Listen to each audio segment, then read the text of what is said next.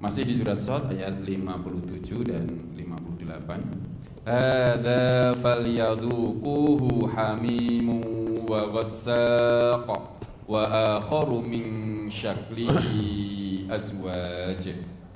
Ini adalah azab neraka. Biarlah mereka merasakannya. Minuman mereka air yang sangat panas dan air yang sangat dingin, dan azab yang lain yang serupa itu berbagai macam. Mohon dijelaskan azab lain yang serupa itu berbagai macam, Ustaz. Ya kemarin kan sudah setiap ahad itu. Jadi penghuni neraka itu selain mendapatkan makanan yang sangat menyiksa, air yang sangat panas, juga makanan itu yang apabila dimakan itu akan menghancurkan mulutnya, kerongkongannya, lambungnya, tapi dia tidak mati dan harus memakan itu. Mau tidak mau harus memakan itu. Namanya zakum. Ini pohon tumbuh dari dasar neraka. Itu makanan penghuni neraka. Itu makanan penghuni neraka. Panas sekali. Belum lagi dia mendapat makanan dari dhori', namanya dhori'. Dhori' itu dia tumbuhan hijau yang sudah mengering dan itu berduri. Kalau masih basah namanya shibrik. Ketika itu masih basah namanya shibrik, itu makanan kesukaan unta. Tapi kalau sudah kering namanya dhori'. Kalau sudah kering itu sangat menyakitkan jika tertelan. Nah, jadi tumbuhan itu kalau sudah kering dia namanya menjadi dhori' dan itu sangat menyakitkan, sangat merusak organ jika tertelan. Unta saja sudah tidak mau. Tetapi itu nanti akan menjadi makanan penghuni neraka. Sesudah itu diberi minumannya sangat panas, hamimun. Hamim itu air yang sangat mendidih sampai ke puncak didihnya. Dan api yang digunakan untuk membakar air yang mendidih ini itu api dari neraka. Yang kalau menurut hadis Nabi letterlek itu 70 kali lipat panas api di dunia. Kalau suhu panas api dunia itu maksimal 1300 derajat, maka kali 70 akan diketemukan angka 91.000 derajat Celcius. Itu yang digunakan untuk ngobori air sampai mencapai puncak didihnya. Lawang kita ketumpahan air yang 100 derajat saja sudah hancur lebur. Minum air yang panasnya 100 derajat saja sudah tercabik-cabik, enggak karuan. Ini yang digunakan untuk ngobori apinya itu 91.000 derajat Celcius kalau letterlek berdasar sabda Nabi.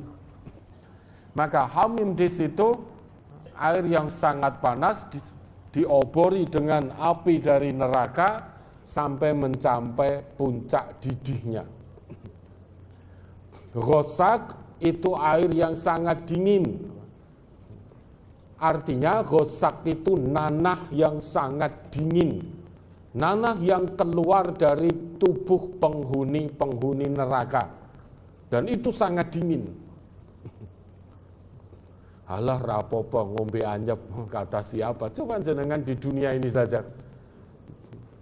minum air yang sangat dingin, coba rasanya gimana? Oh seger, kata siapa? sampai puncak terdinginnya. Coba dirasakan. Tersiksa sudah, organ tubuh semuanya hancur. Dan yang dingin di sini bukan air, tapi ghosak. Ghosak itu nanah yang keluar dari tubuh penghuni neraka. Itu yang akan menjadi minuman mereka. Sudah begitu, mereka juga dipukul, di ini, itu, dan lain sebagainya. Ditutup pintu neraka. Jadi dimasukkan, masuk semuanya, api berkobar sedemikian rupa, pintu neraka ditutup. Kira-kira apa yang terjadi? Hancur lebur ning ora mati. Tapi akan terus merasakan siksaan itu tanpa ujung, tanpa tepi. Sampai nanti ada onta masuk lubang jarum. Tangeh lamun, mustahil ada onta kok bisa masuk lubang jarum, itu mustahil. Urip hidup di dunia hanya sebentar, sampai di hari kebangkitan ternyata diseret ke neraka. Na'udzubillah, selama-lamanya di situ. La yakhrujuna minha wa la yamutuna fiha. Tidak bisa keluar dari neraka itu dan tidak mati di dalam siksaan itu. Jadi ngrasake loro terus. Padahal urip ning donya mung sedilit. Apa ndak rugi? Khasirat dunya wal akhirah. Rugi dunia, rugi akhirat. Maka pikirkan Bapak Ibu, kalau kita mau maksiat itu pikirkan senenge rasa piro, sengsara di neraka selama-lamanya. Disiksa bertubi-tubi, makanannya seperti itu, minumannya seperti itu. Semua organ tubuh meleleh, habis itu diganti yang baru, dibakar lagi, meleleh lagi, ganti lagi yang baru, meleleh lagi, terus seperti itu. Tujuannya apa? Kata Allah, biar mereka terus-menerus merasakan pedihnya siksaan neraka. Pikirkan, fakir qabla an ta'zima. Pikirkan sebelum berbuat. Mau maksiat, pikirkan senenge rasa piro. Tapi neraka selama-lamanya. Mau malas sholat, pikirkan penake rasa piro. Tapi neraka selama-lamanya. Kalau kita memikirkan itu Bapak Ibu, niscaya sulit bagi kita untuk bermaksiat. Dan insya Allah akan semangat untuk beramal soleh. Jangankan mikirkan neraka, kalau kita terus ingat kematian, niscaya kita akan persiapkan bekal kematian itu. Maka perintah Nabi kita, aksiru min dzikri hadimil ladzat, perbanyaklah kalian dari mengingat pemutus kenikmatan dunia. Pemutus kenikmatan dunia itu al-maut, kematian. Maka perbanyaklah mengingat kematian, itu pesan Nabi kita. Kenapa? Man kana lil mauti dzakiran kana lil mauti musta'iddan. Karena orang yang terus ingat kematiannya, niscaya dia siap menghadapi kematiannya dengan bekal berupa amal soleh. Nah, neraka itu aneka macam siksaannya. Tidak ada satupun yang nikmat. Yang teringan saja, ketika kita menginjak kerikil di neraka, otak kita mendidih. Itu yang paling ringan. Pernah Bapak Ibu otaknya mendidih? Lah iya. Wong jenengan nek duka rasane otak kaya mendidih, padahal tidak mendidih itu. Tapi nanti siksaan yang paling ringan itu saat seseorang menginjak kerikil di neraka, otaknya mendidih. Hanya kerikil kecil terinjak dan harus diinjak gitu loh. Nggak mau nginjak, diseret untuk nginjak. Kerikil kecil. Begitu nginjak, otaknya langsung mendidih. Itu yang paling ringan siksaan neraka. Belum lagi siksaan-siksaan yang lain yang lebih berat. Nanti jadi kalau semua penghuni neraka sudah masuk, malaikat di situ ada penjaga-penjaga neraka, malaikatun ghiladun syidad, alaiha malaikatun ghiladun syidad. Penjaga neraka yang kasar lagi keras, tanpa belas kasihan. Ketika semua penghuni sudah masuk, nerakanya ternyata masih bertanya, hal min mazid, ada tambahan enggak? Masih longgar ini tempatnya. Kalau sudah masuk semua, perintahkan oleh Allah tutup pintu neraka. Jadi mumplak-mumplak di situ. Jadi diobori, mumplak-mumplak di situ. Mau keluar enggak bisa, pintunya ditutup.